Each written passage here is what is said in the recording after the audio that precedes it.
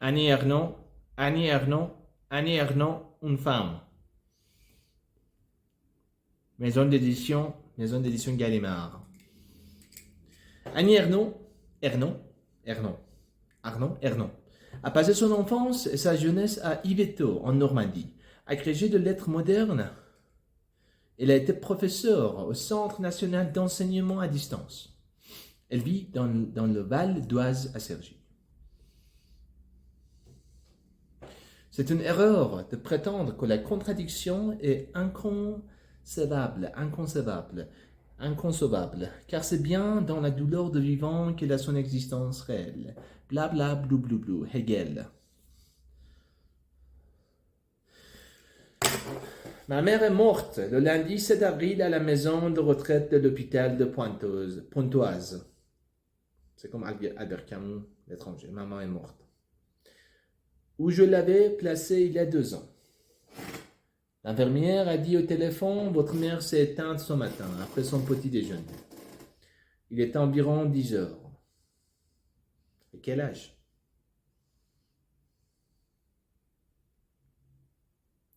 Pour la première fois, la porte de sa chambre était fermée. On lui avait déjà fait sa toilette. Toilette, ça possède 2 sens. Faire de toilette, c'est maquillage. C'est toilette, c'est aller aux toilettes. Toilette pour, je sais pas, voilà, excrément, pipi, voilà, caca, tout ça quoi. Une bande de tissu blanc lui enserrait la tête, passant sous le menton. Dans ce contexte, toilette, c'est-à-dire maquillage. Passant sous le menton, ramenant toute la peau autour de la bouche et des yeux. Elle était recouverte d'un drap jusqu'à les épaules, les mains cachées. Drap, c'est on met drap quand on dort. Voilà. Ah, exactement. Drap, c'est au-dessous de nous quand dans nos lits quand on dort. Elle ressemblait à une petite momie de ancienne Égypte. On avait laissé de chaque côté du lit les barres destinées à l'empêcher de se lever. Laisse tomber, explication, je vais dire, c'est très beau, très belle. Pour la première fois, la porte de sa chambre était fermée. On lui avait déjà fait sa toilette. Une bande de tissu blanc lui enserrait la tête, passant sous le menton, ramenant toute la peau autour de la bouche et des yeux. Elle était recouverte d'un drap jusqu'aux épaules, les mains cachées. Elle ressemblait à une petite momie. On avait laissé de chaque côté du lit les barres destinées à l'empêcher de se lever. J'ai voulu lui passer la chemise de nuit blanche, bordée de croquets, qu'il avait achetée autrefois pour son enterrement. L'infirmière m'a dit qu'une femme du service s'en chargerait. Elle mettrait aussi sur elle le crucifix, qui était dans le tiroir de la table de chevet. Il manquait les 2 clous fixant les bras de cuivre sur la croix. L'infirmière n'était pas sûre d'en trouver. Cela n'avait pas d'importance. Je désirais qu'on lui mette quand même son crucifix. Sur la table roulante, il y avait le bouquet de forsythias, c'est une fleur, je crois, que j'avais apporté la veille, le jour avant d'un jour spécifique. L'infirmière m'a conseillé d'aller tout de suite à l'état civil de l'hôpital. Pendant ce temps, on ferait l'inventaire des affaires personnelles de ma mère. Elle n'avait presque plus rien à elle. Un tailleur, des chaussures, des tableaux, un rasoir électrique. Une femme s'est mise à crier, la même depuis des mois. Je ne comprenais pas qu'elle soit encore vivante et que ma mère soit morte. À l'état civil, une jeune femme m'a demandé pourquoi c'était. Ma mère est décédée ce matin, à l'hôpital ou en long séjour. Quel nom? Elle a regardé une feuille et elle a souri un peu. Elle était déjà au courant. Elle est allée chercher le dossier de ma mère et m'a posé quelques questions sur elle. Son lieu de naissance. Pas sa lieu, un lieu. Son lieu de naissance, sa dernière adresse avant d'entrer en long séjour. Ces renseignements, Carole Bouquet, la première femme du monde entier. Deuxième, Mylène Farmer. On y va. Revenons à nos moutons. Ces renseignements devaient figurer dans le dossier. Dans la chambre de ma mère, on avait préparé sur la table de chevet un sac en plastique contenant ses affaires. L'infirmière m'a tendu la fiche d'inventaire à signer. Je n'ai plus désiré emporter les vêtements et les objets qu'elle avait eus ici. Sauf une statuette achetée lors d'un pèlerinage à Lisieux avec mon père, autrefois, et un petit ramoneur savoyard, souvenir d'Annecy, ville de d'Annecy, Annecy, c'est pas Annecy, Annecy, voilà. Maintenant que j'étais venu, on pouvait conduire ma mère à la morgue de l'hôpital, sans attendre la fin de 2 heures réglementaires de maintien du corps dans le service après décès. En partant, j'ai vu dans le bureau vitré de personnel la dame qui partageait la chambre de ma mère. Elle était assise avec son sac à main. On la faisait patienter là jusqu'à ce que ma mère soit transportée à la morgue. Mon ex-mari m'a accompagné aux pompes funèbres. Funèbres, j'en ai entendu parler tellement dans les livres de Albert Camus. Aussi peut-être Le Petit Prince. Antoine de Saint-Exupéry. Funèbre.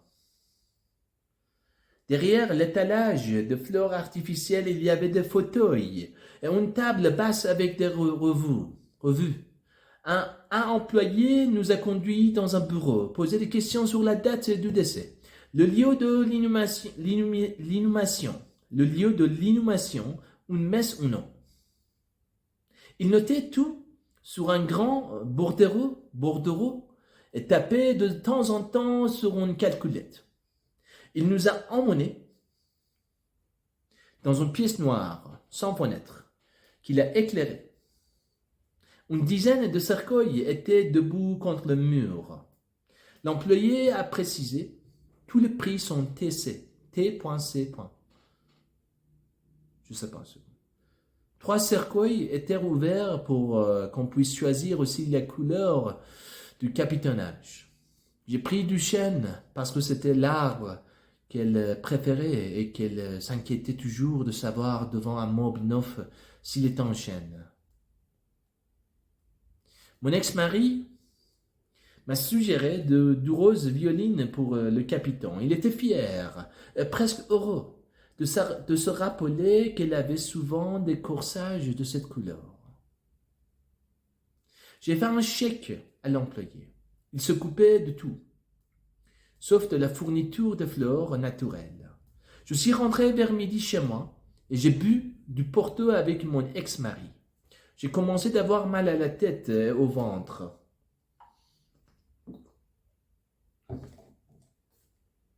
C'est pas promotion pour Nestlé, c'est juste, voilà.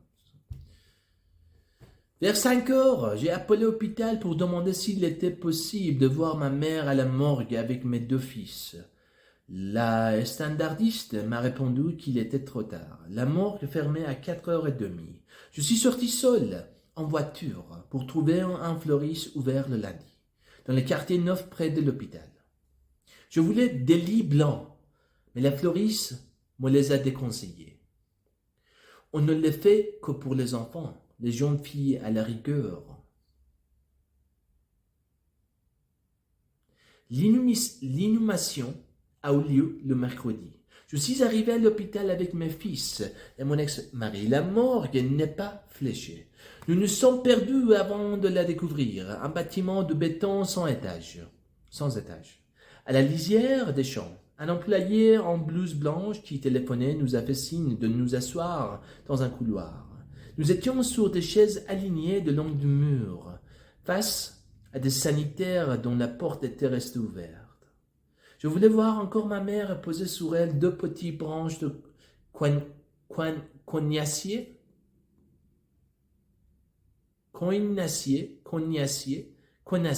en fleurs, je sais pas, en fleurs que j'avais dans mon sac.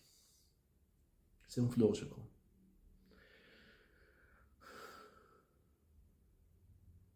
Nous ne savions pas s'il était prévu de nous montrer ma mère une dernière fois avant de refermer le cercueil. Le cercueil, c'est une chose pour le corps d'un être humain qui est mort. Une boîte, je crois. Donc, l'employé de pompe funèbre que nous avions eu au magasin a sorti d'une pièce à côté et nous a invités à le suivre, avec politesse. Ma mère était dans le cercueil. Elle avait la tête en arrière, les mains jointes sur le crucifix. On lui avait enlevé son bandeau et passé la chemise de nuit avec du croquet. La couverture de satin lui montait jusqu'à la poitrine. C'était dans une grande salle nue en béton. Je ne sais pas d'où venait le peu de jour.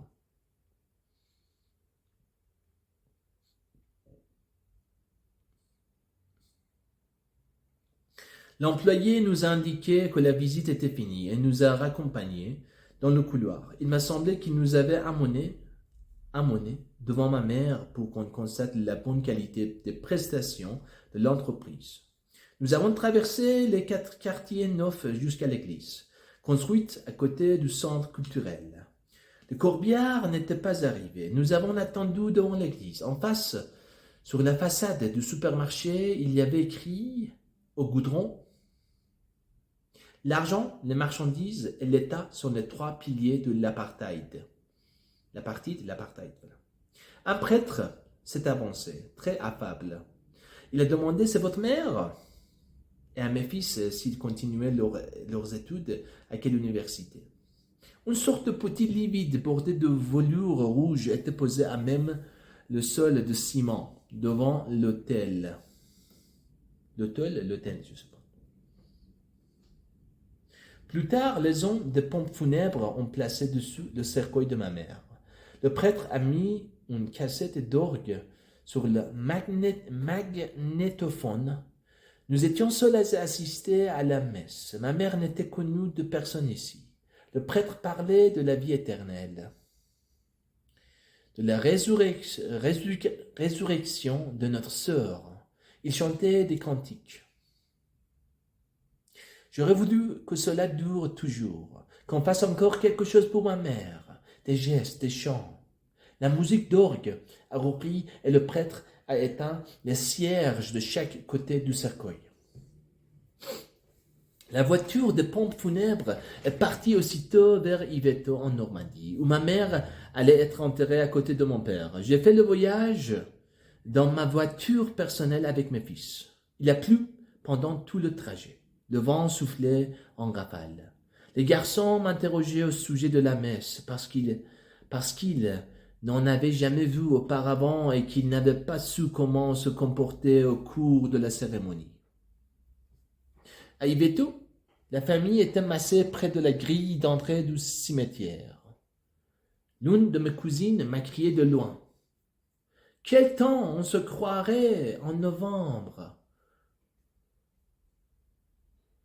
Pour ne pas rester à nous regarder avancer sans rien dire, nous avons marché, tous ensemble, vers la tombe de mon père. Elle avait été ouverte, la terre rejetée. Sur le côté, on a un monticule jaune. On a apporté le cercueil de ma mère. Au moment où il a été positionné au-dessus de la fosse, entre des cordes, les hommes m'ont fait approcher afin que je le voie glisser le long des parois de la tranchée. Le fossoyeur attendait à quelques mètres avec sa pelle. Il était en bleu, un béret et des bottes, le teint violacé. J'ai eu envie de lui parler et de lui donner 100 francs, en pensant qu'il irait peut-être les boire. Cela n'avait pas d'importance. Au contraire, il était le dernier homme à s'occuper de ma mère en la recouvrant de terre tout l'après-midi. Il fallait qu'il ait du plaisir à le faire. La famille n'a pas voulu que je reparte sans manger. La sœur de ma mère avait prévu le repas d'inhumation au restaurant. Je suis resté. Cela aussi me paraissait une chose que je pouvais encore faire pour elle. Le service était lent. Nous parlions du travail, des enfants, quelquefois de ma mère. On me disait, ça servait à quoi qu'elle vive dans cet état plusieurs années. Pour tous, il était mieux qu'elle soit morte.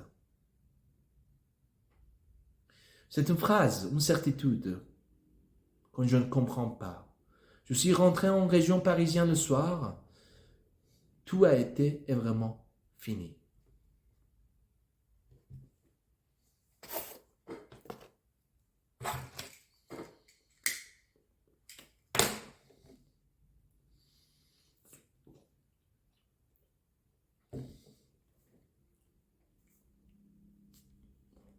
Sens de la vie, sens de la vie. Dans la semaine qui a suivi, il m'arrivait de pleurer n'importe où. En me réveillant, je savais que ma mère était morte. Je sortais de rêves lourds dont je ne me rappelais rien, sauf qu'elle y était et morte. Je ne faisais rien en dehors des tâches nécessaires pour vivre, les courses, les repas, le linge dans la machine à laver. Souvent, j'oubliais dans quel ordre il fallait le faire. Je m'arrêtais après avoir épluché des légumes, d'enchaîner sur le geste suivant, de les laver qu'après un effort de réflexion. Lire était impossible. Une fois, je suis descendu à la cave. La valise de ma mère était là, avec son porte-monnaie, un sac d'été, des foulards à l'intérieur. Je suis resté prostré devant la valise béante. C'est au dehors en ville que j'étais le plus mal. Je roulais et brutalement. Elle ne sera plus jamais nulle part dans le monde. Elle ne sera plus jamais nulle part dans le monde. Elle avait tort. L'âme existe. Je ne comprenais plus la façon habituelle de se comporter des gens, leur attention minutieuse à la boucherie pour choisir tel ou tel morceau de viande me causait de l'horreur. Cet état disparaît peu à peu, encore de la satisfaction que le temps soit froid et pluvieux. Comme au début du mois, lorsque ma mère était vivante. Et des instants de vide chaque fois que je constate, ce n'est plus la peine d'eau ou je n'ai plus besoin d'eau, faire ceci ou cela pour elle. Le trou de cette pensée, le premier printemps qu'elle ne verra pas. Poétique. Sentir maintenant la force de phrases ordinaires, des clichés même. Il y aura 3 semaines demain que l'inhumation a eu lieu. Avant-hier seulement, j'ai surmonté la terreur d'écrire dans le haut d'une feuille blanche, comme un début de livre, non de lettre à quelqu'un. Ma mère est morte. J'ai pu aussi regarder des photos d'elle. Sur l'une, au bord de la Seine, elle était assise, les jambes repliées. Repliées. Une photo en noir et blanc, mais c'est comme si je voyais ses cheveux roux, les reflets de son tailleur en alpaga noir. Je vais continuer d'écrire sur ma mère. Elle est la seule femme qui ait vraiment compté pour moi. Elle était démente depuis 2 ans. Peut-être ferais-je mieux d'attendre que sa maladie et sa mort soient fondues dans le cours passé de ma vie, comme le sont d'autres événements, la mort de mon père, la séparation d'avec mon mari, afin d'avoir la distance qui facilite l'analyse des souvenirs. Mais je ne suis pas capable en ce moment de faire autre chose. C'est une entreprise difficile. Pour moi, ma mère n'a pas d'histoire. Elle a toujours été là. C'est une entreprise difficile. Pour moi, ma mère n'a pas d'histoire. Elle a toujours été là. Mon premier mouvement en parlant d'elle, c'est de la fixer dans des images sans notion de temps. Elle était violente. C'était une femme qui brûlait tout et d'évoquer en désordre des scènes où elle apparaît. Je ne retrouve ainsi que la femme de mon imaginaire, la même que depuis quelques jours dans mes rêves, je vois à nouveau vivante, sans âge précis, dans une atmosphère de tension semblable à celle des films d'angoisse. Je voudrais saisir aussi la femme qui a existé en dehors de moi, la femme réelle, née dans le quartier rural d'une petite ville de Normandie et morte dans le service de gériatrie d'un hôpital de la région parisienne. Ce que j'espère écrire de plus juste se situe sans doute à la jointure de familial et du social, du mythe et de l'histoire. Mon projet est de nature littéraire, puisqu'il s'agit de chercher une vérité sur ma mère qui ne peut être atteinte que par des mots. C'est-à-dire que ni les photos, ni mes souvenirs, ni les témoignages de la famille ne peuvent me donner cette vérité. Mais je souhaite rester d'une certaine façon au-dessous de la littérature. Yvetot est une ville froide, construite sur un plateau vanté, entre Rouen et Le Havre, Au début du siècle, elle était le centre marchand et administratif d'une région entièrement agricole, aux mains de grands propriétaires. Mon grand-père, charretier dans une ferme, et ma grand-mère, tisserande à domicile, s'y sont installés quelques années après leur mariage. Ils étaient tous deux originaires d'un village voisin à 3 kilomètres. Ils ont loué une petite maison basse avec une cour de l'autre côté de la voie ferrée, à la périphérie, dans une zone rurale aux limites indécises, entre le dernier café près de la gare et le premier champ de colza. Ma mère est née là, en 1906, quatrième de 6 enfants. Sa fierté quand elle disait « Je ne suis pas née à la campagne ». Ok, ça suffit. On revient, c'est la page 10. C'est long, c'est 47 pages.